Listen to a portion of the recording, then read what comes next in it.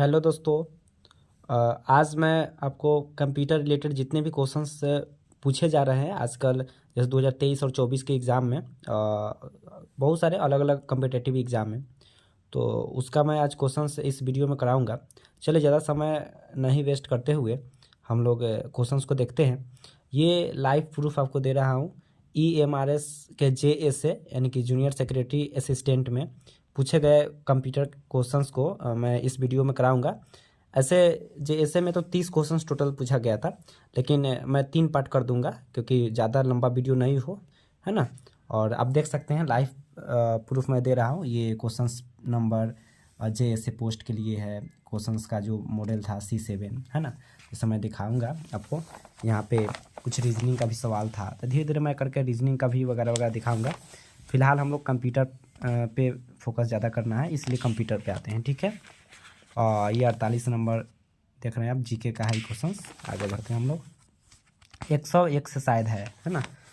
मैं देखता हूँ आगे। 101, 101, 97, 100 क्या है, शिक्षा से इस प्रकार की चेतना नहीं आएगी, यानी कि ये कंप्यूटर का नहीं है और भाषा साक्षरता का है। चलिए आगे हम लोग बढ़ते हैं। यहाँ आ गए 101 पे, और आपको मैं करीब से दिखाने की कोशिश करूँगा। चलिए ये आ गया मतलब हम लोग, और इसमें थोड़ा दिक्कत हो रही है क्योंकि मेरे पास अभी ट्राइपॉड भी नहीं है और हाथ से मैं पकड़कर मोबाइल को आपको क्वेश्चंस कराने की कोशिश कर रहा हूँ।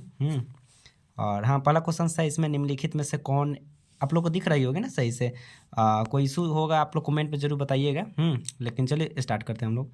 पहला क्वेश्चन आपको दिख रहा होगा, निम्नलिखित में से कौन सा एक एक्सेल फाइल का सही फाइल एक्सटेंशन नहीं है। और फाइल एक्सटेंशन के बारे में हम लोग जानेंगे कि फाइल एक्सटेंशन क्या होता है।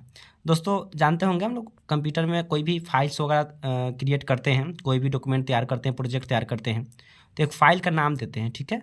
और उसको हम लोग फाइल नेम कहते हैं, जो यूजर्स के द्वारा दिए जाते हैं, ठीक है।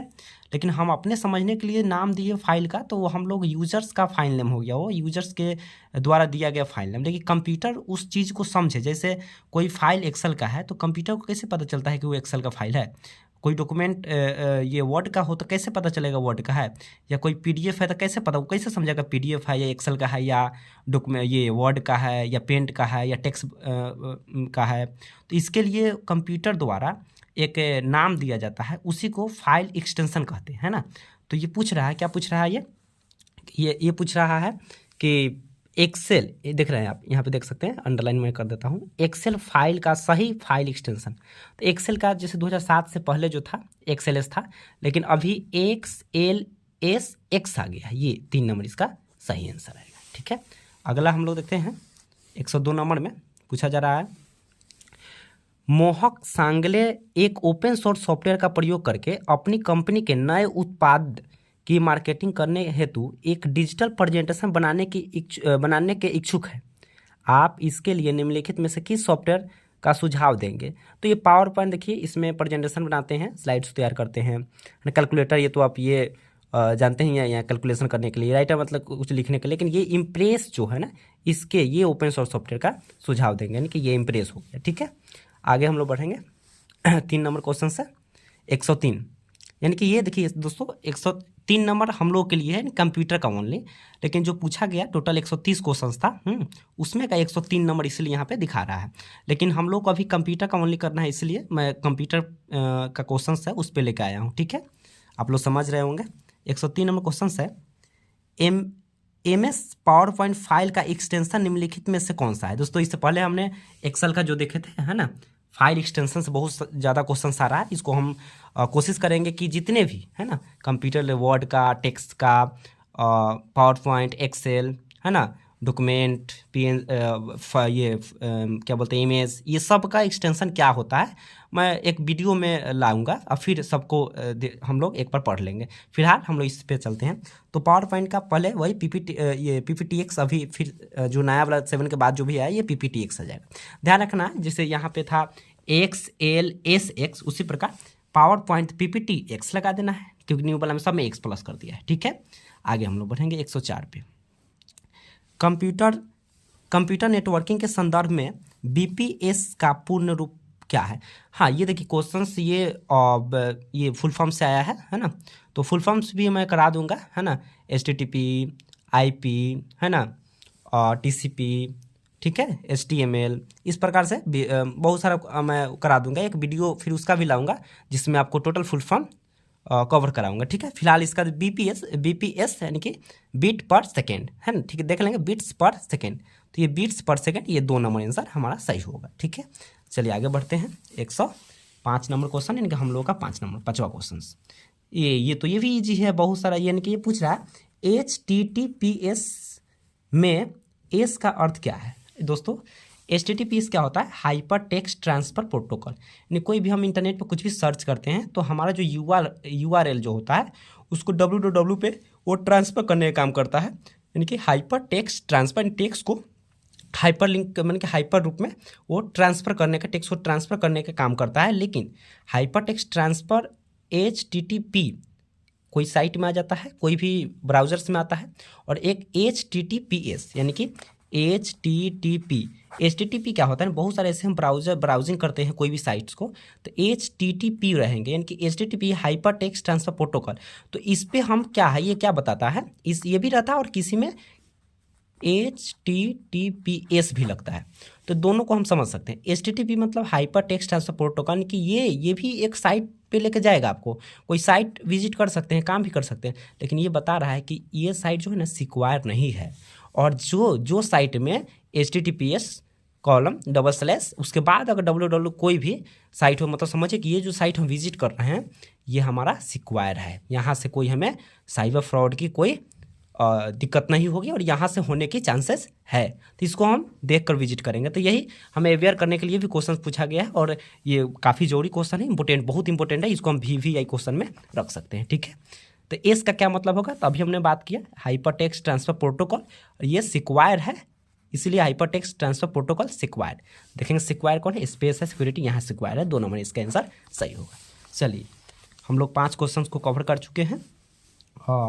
6ठा क्वेश्चन है हमारा 106 नंबर। क्वेश्चन को पढ़ सकते हैं। निम्नलिखित में से किसे साइबर अपराध के रूप में दर्ज नहीं कराया जा सकता है।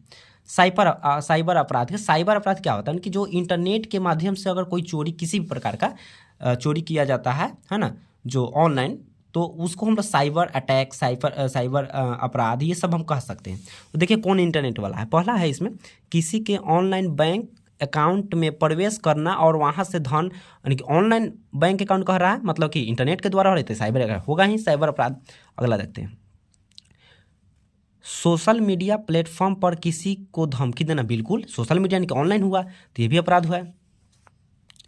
किसी शोरूम में नई हार्ड डिस्क है, देखिए किसी शोरूम में नई हार्ड डिस्क की चोरी करना, यही होगा। आगे अगला हम लोग देख लेते हैं एक बार।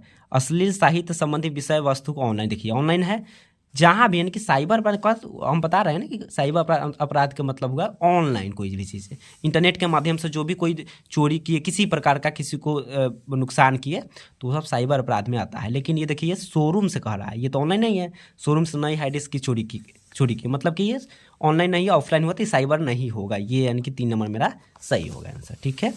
आगे बढ़ते हैं दोस्तों। आप ये देख रहे होंगे कि अक्सर लोग क्या करते हैं ना कि हम बहुत सारा यूट्यूब पे देखे हैं कि ऐसे ही झूठ बताएंगे कि ये पूछा गया क्वेश्चन है, ये यहाँ पूछा जाता है बार बार, ऐसे करके अपने वीडियो को फालतू में ये टाइम वेस्ट सबका करने के लिए बनाते हैं। लेकिन आपको मैं जो भी वीडियो दूंगा थोड़ा लेट से ही जाएगा, कभी कभी जाए, लेकिन कोशिश करूंगा कि जो भी जेन्युइनली हो वही वीडियो मैं दूँ, ताकि आपको क्वेश्चंस का लेवल पता चल जाएगा। ऐसे मैं कंप्यूटर का पूरा गारंटी लेता हूं कि एक भी क्वेश्चंस आपको एग्जाम में नहीं छूटने वाला है। बस थोड़ा सा समय मेरे साथ आपको देना ही पड़ेगा, और समय थोड़ा सा तो ये लग ही जाएगा, क्योंकि वीडियो शूट करने में मुझे भी काफ़ी परेशानी होता है। लेकिन कोशिश मैं करूंगा कि आपके लिए काफ़ी फैक्चुअल ही कंटेंट डालूं, है ना, ताकि आप लोगों का समय वेस्ट ना हो। चलिए 7 नंबर को देखते हैं। MS एक्सेल में सेल रेंज के बारे में निम्नलिखित में से कौन सा सही है। सेल रेंज जानते होंगे, यानी कि सेल जैसे MS एक्सेल इस तरह से रहता है ना, ये उसमें बॉर्डर की तरह आप देखे ही होंगे। तो हम लोग ये अप से डाउन जो गया है ये वाला, इसको हम लोग कॉलम बोलते हैं, और लेफ्ट से राइट जो है इसको हम लोग रो बोलते हैं, ठीक है। मतलब अप से डाउन में कई बॉक्स है, एक बॉक्स ये, एक बॉक्स, 2 इसमें हो गया, क्या हो गया, कॉलम हो गया, और लेफ्ट से राइट गया है वो सब रो हो गया, मतलब एक इधर गया है, एक इधर, एक यानी 3 रो हो गया और 2 कॉलम हो गया। ठीक है, इसके बारे में भी हम पढ़ाऊंगा, अच्छा से समझ में आएगा। इससे समझिए ना कि ये 2 कोला, समझिए ना, गांव में बोलते हैं ना कोला, जिसे कॉलम बोलते हैं हम लोग। ये 2 कॉलम हो गया और ये जो ऐसे जा रहा है लेफ्ट साइड जा रहा है जो बॉक्स बन के, पूरा बॉक्स यही नहीं, इतना ही तक नहीं जुड़ेंगे, पूरा ये आर पार है ना, चाहे एक और कर देंगे फिर भी आर पार, यहाँ तीनों मिलाएगा तो ये कॉलम रो, फिर तीनों मिलाए तो एक रो, तो ये 3 रो हो गया। कॉलम कितना हो गया, 1 2 3 कॉलम भी अब हो गया है ना, तो इसको कॉलम और रो बोलते थे इसमें। लेकिन ये बॉक्स जो छोटा छोटा बन जा रहा है इसको हम लोग क्या बोलते हैं, सेल बोलते हैं। ठीक है, तो ये पूछ रहा है MS एक्सेल में सेल रेंज के बारे में निम्नलिखित में से कौन सा सही है, सही के बारे में पूछा है ना। तो भरे हुए सेल का संग्रहण, यानी कि सेल का संग्रहण, सेल रेंज नहीं, सेल का संग्रहण तो बहुत सारे सेल हो गया, तो उसको तो हम नहीं कहें। चुने हुए सेल का संग्रहण, बस इसमें जो सेल यही आंसर है, क्लियर हो गया। 2 नंबर है। फार्मूला का संग्रह, ऐसा नहीं है, ये नहीं है। मूल्यों का संग्रह, ये भी नहीं है। यानी कर रहा है कि यहाँ सेल 1 2 3 4 बहुत सारे सेल है, लेकिन इसमें किसी एक को चुन लिए है ना, कि ये सेल हमें, ये सेल चुन लिए कि जैसे ये सेल, जैसे मान लिया कि यहाँ ABC, यहाँ 1 2 है, तो ये सेल हम चुन लिए, तो क्या हो गया, यहाँ पे AB है, 1 है तो B1, ये सेल रेंज हो गया, यानी कि तो ये हो जाएगा 2 नंबर हो गया। बता रहा है चुने हुए, यानी कोई एक सेल। ठीक है, तो ये सेल रेंज का और ये सही उदाहरण है। ठीक है, आगे हम बढ़ते हैं। 107 हो गया, इनके 7 क्वेश्चंस मेरा हो गया। अगला 8वां देखेंगे हम लोग। 8वां है, ईना खांडे एक डॉक्यूमेंट के रूप में प्रोजेक्ट रिपोर्ट बना रही है और वह फॉर्मेटिंग, पेज सेटिंग यानी फॉर्मेटिंग, पेज सेटिंग और स्टाइलिंग की विशेषता वाले आसानी से प्रयोग होने वाले सॉफ्टवेयर में इसे टाइप करने की इच्छुक है। इसके लिए निम्नलिखित में से कौन सा सॉफ्टवेयर उपयुक्त है। यानी कि बता रहा है कि ईना खांडे डॉक्यूमेंट के रूप में एक प्रोजेक्ट रिपोर्ट बनाना चाह रही है या बना रही है। ठीक है, वह फॉर्मेटिंग में उसको फॉर्मेटिंग करना है, पेज सेटिंग का, स्टाइल का, ये सब विशेषता आसानी से प्रयोग होने वाले सॉफ्टवेयर कौन सा है। यानी कि आप कोई भी डॉक्यूमेंट तैयार करना चाहते हैं, ठीक है, तो उसमें फॉर्मेटिंग है ना, टेक्स्ट ये फॉन्ट डिज़ाइनिंग, फॉन्ट स्टाइलिंग है ना, ये सब सेटिंग जो करना होगा, ये सब के सब सुविधा आपको किस में मिलेगा, MS वर्ड में मिलेगा। क्योंकि एक्रोबैट रीडर, इसमें तो हम PDF को रीड करते हैं है ना, कैलकुलेटर इसमें कैलकुलेशन करते हैं, नोटपैड इसमें टेक्स्ट ओनली लिख सकते हैं, लेकिन ये फॉर्मेटिंग वगैरह का पूरे नहीं आप फॉर्मेटिंग कर सकते हैं किसी भी डॉक्यूमेंट का। तो यहाँ पे ये MS वर्ड हमारा ये बिल्कुल सही आंसर आ जाएगा, यानी आंसर नंबर 2 हो जाएगा। ठीक है, आगे हम लोग देखते हैं 109, यानी कि हमारा 9 नंबर क्वेश्चन ये करा। दोस्तों ये हाथ में रखकर मुझे मोबाइल को वीडियो रिकॉर्ड करना पड़ रहा है, अभी मेरे पास ट्राइपॉड नहीं है, थोड़ा आपको दिक्कत हो रही होगी क्वेश्चंस पढ़ने में, इसके लिए माफ़ी चाहता हूँ और आप लोग थोड़ा सा सपोर्ट कीजिए और मैं कोशिश करूँगा कि काफ़ी अच्छा, क्योंकि हाथ अब दुख गया है, इसलिए लास्ट क्वेश्चन भी हमारा है ना। चलिए देखता हूँ आगे। 109 नंबर क्वेश्चन सैन्य आपके लिए 9 नंबर क्वेश्चन कह रहा है, एक ईमेल एड्रेस के बारे में निम्नलिखित में से क्या वैध नहीं है। यानी कि ईमेल एड्रेस के बारे में निम्नलिखित कौन सा वैध ना है। तो आप ईमेल एड्रेस जानते होंगे दोस्तों, जैसे एक उदाहरण में बोल सकते हैं कि रमेश नाम के सीधा रमेश@123 हो सकता है, सॉरी रमेश 123@gmail.com हो सकता है, कुछ भी ऐसे करके हम जानते ही होंगे। तो कह रहा है पहला ऑप्शन है, ईमेल एड्रेस में @ की कोई भी संख्या हो सकती है। और अगला कह रहा है ईमेल एड्रेस में एक @ होना चाहिए, बिल्कुल ये सही है। कह रहा है ये कौन वैध नहीं है, तो ये तो सही कह रहा है। तीसरा नंबर है, ईमेल एड्रेस में कई डॉट ऑपरेटर हो सकते हैं, नहीं कोई डॉट करके कहेगा, जैसे ram.श्याम.मोहन@gmail.com होते हैं, डॉट लग सकता है, ये भी सही है। और ईमेल एड्रेस में स्पेस नहीं होना चाहिए, ये भी सही बात बोल रहा है। गलत क्या बोला था, यहाँ बोल रहा है 1 नंबर जो है, ईमेल एड्रेस में @ की कोई भी संख्या हो सकती है, ये गलत बोल रहा है, यानी कि ये नहीं हो सकता है। ठीक है, तो ये हमारा सही हो जाएगा। चलिए 110 नंबर देख लेता हूँ क्वेश्चंस और आज के वीडियो में ये लास्ट क्वेश्चंस रहेगा। ठीक है, 110 ये तो बहुत इजी है।